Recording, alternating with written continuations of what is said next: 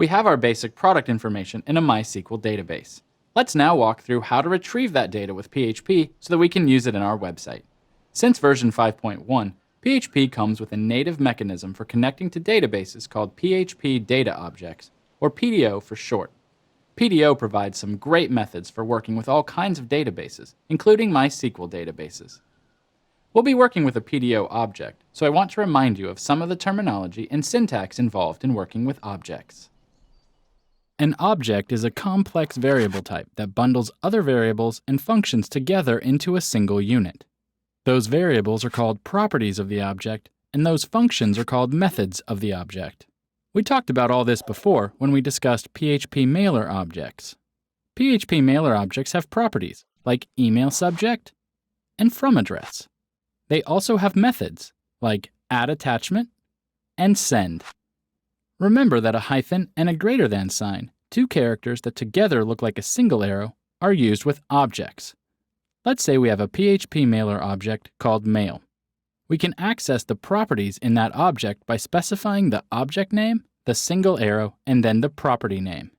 We can call a method on that same object by specifying the object name, the single arrow, and the method name followed by two parentheses. Methods are like functions, and they can receive arguments inside those parentheses. The send method receives no arguments, but you still need the parentheses. The add attachment method, on the other hand, does receive an argument. It receives a reference to the file that you want to attach. One thing we haven't discussed yet is the idea of a class. In PHP, a class is a type of object, or an object definition. It's like a blueprint or a recipe for an object. The class defines what properties and methods will exist inside any objects of that class. Each object is said to instantiate its class, which means it is a real instance made from that class. PHP Mailer is actually a class. All PHP Mailer objects have certain properties and methods because they instantiate that PHP Mailer class, which defines what those properties and methods will be. PDO is also a class.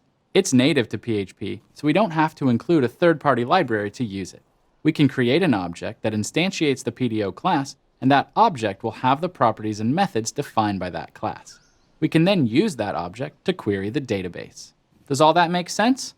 If so, let's take a closer look at the PDO class next.